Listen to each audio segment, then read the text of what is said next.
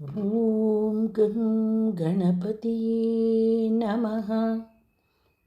ಓಂ ಗಂ ಗಣಪತಿಯೇ ನಮಃ. ಓಂ ಗಂ ಗಣಪತಿಯೇ ನಮಃ. ಶ್ರೀಲಲಿತಾ ಸಹಸ್ರನಾಮ ಸ್ತೋತ್ರಂ. ಓಂ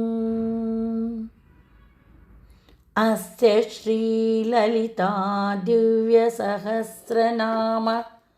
ಸ್ತೋತ್ರಮಾಲಾ ಮಹಾಮಂತ್ರಸ್ಯ ವಶಿನ್ಯಾದಿವಾಗ್ದೇವತಾ ಋಷಯಃ ಅನುಷ್ಠುಪ್ಛಂದಃ.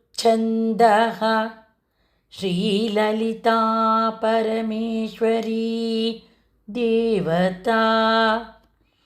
ಶ್ರೀಮದ್ ವಾಗ್ಭವಕೂಟೇತಿ ಬೀಜಂ ಮಧ್ಯಕೂಟೇತಿ ಶಕ್ತಿಃ ಶಕ್ತಿಕೂಟೇತಿ ಕೀಲಕಂ.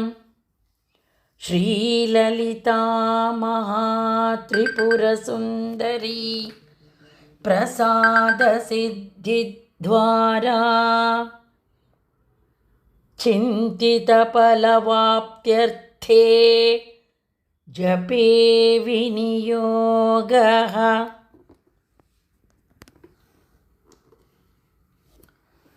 ಶ್ರೀ ಲಲಿತಾ ಸಹಸ್ರನಾಮ.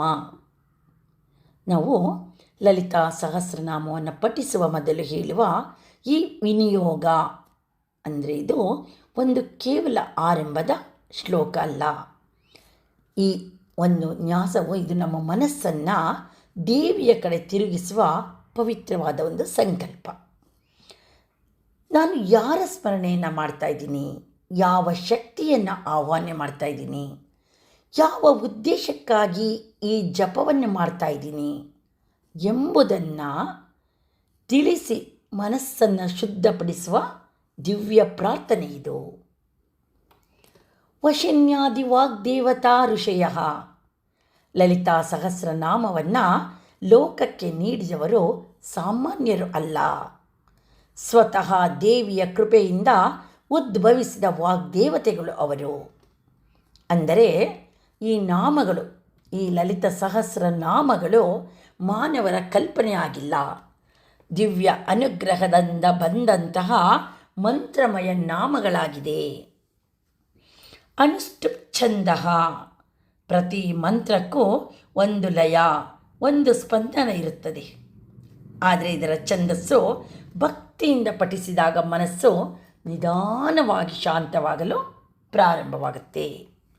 ಶ್ರೀ ಲಲಿತಾ ಮಹಾ ತ್ರಿಪುರ ಸುಂದರಿ ದೇವತಾ. ಈ ಸಹಸ್ರನಾಮದ ಹೃದಯವೇ ಅಮ್ಮ. ಅವಳು ಕೇವಲ ದೇವಿ ಅಲ್ಲ, ನಮ್ಮಲ್ಲಿ ಅವಳು ತೋರುವ ಕರುಣೆ, ಜ್ಞಾನ, ಪ್ರೀತಿ, ಶಕ್ತಿ ಎಲ್ಲದರ ಮೂಲ ಅವಳು. ಐಂ ಬೀಜಂ. ಐಂ ಎಂದರೆ ಜ್ಞಾನಶಕ್ತಿ. ನಮ್ಮ ಮನಸ್ಸಿಗೆ ಬೆಳಕನ್ನು ನೀಡುವಂತಹ ದಿವ್ಯ ಜ್ಞಾನವೇ ಐಂ. ಕ್ಲೀಂ ಶಕ್ತಿ. ಕ್ಲೀಂ ಎಂದರೆ ಆಕರ್ಷಣ ಶಕ್ತಿ. ಭಕ್ತನ ಮನಸ್ಸನ್ನು ದೇವಿಯ ಕಡೆ ಸೆಳೆಯುವ ಪ್ರೇಮಮಯ ಶಕ್ತಿ ಇದು.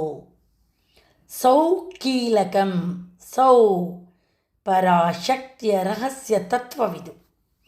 ಇದು ಜಗನ್ಮಾತೆಯ ಅನುಗ್ರಹ ದ್ವಾರವನ್ನು ತೆರೆಯುವ ಮಂತ್ರಬೀಜ. ಧರ್ಮಾರ್ಥ ಕಾಮ ಮೋಕ್ಷ ಸಿದ್ಧ್ಯರ್ಥೆ. ಮಾನವನ ಜೀವನದ 4 ಗುರಿಗಳು ಯಾವುದು? ಧರ್ಮ ಅಂದರೆ ಸತ್ಯದ ಮಾರ್ಗ. ಅರ್ಥ ಜೀವನಕ್ಕೆ ಅಗತ್ಯವಾದ ಸಂಪತ್ತು. ಕಾಮ ಶುಭವಾದ ಇಚ್ಛೆಗಳ ಪೂರ್ಣತೆ. ಮೋಕ್ಷ ಯಾವುದು? ಆತ್ಮಶಾಂತಿ, ದೈವಿಕ ಏಕತ್ವ. ಈ 4 ಸಹ ಅಮ್ಮನ ಕೃಪೆಯಿಂದ ನಮಗೆ ಸಿಗಲಿ ಎನ್ನುವಂತಹ ಪ್ರಾರ್ಥನೆ. ವಿನಿಯೋಗ ಇದ್ದರೆ, ಅಮ್ಮ ನನ್ನ ಮನಸ್ಸು, ಮಾತು, ಪ್ರಾಣ ಎಲ್ಲವನ್ನೂ ನಿನ್ನ ಚರಣಗಳಲ್ಲಿ ಇಟ್ಟು ಈ ಪಾರಾಯಣವನ್ನು ಪ್ರಾರಂಭ ಮಾಡುತ್ತಿದ್ದೇನೆ. ನನ್ನನ್ನು ನೀನೇ ನಡೆಸು ತಾಯೇ. ನೀನಿಲ್ಲದೆ ಏನೂ ಇಲ್ಲ ತಾಯೇ. ನೀನೇ ಇಲ್ಲ. ಅಖಿಲಾಂಡೇಶ್ವರಿ, ಬ್ರಹ್ಮಾಂಡ ನಾಯಕಿ, ಜಗನ್ಮಾತೆ, ಆದಿಪರಾಶಕ್ತಿ, ಲಲಿತಾಂಬಿಕೆ, ನಿನಗೆ ಕೋಟಿ ಕೋಟಿ ಪ್ರಣಾಮಗಳು ತಾಯೇ.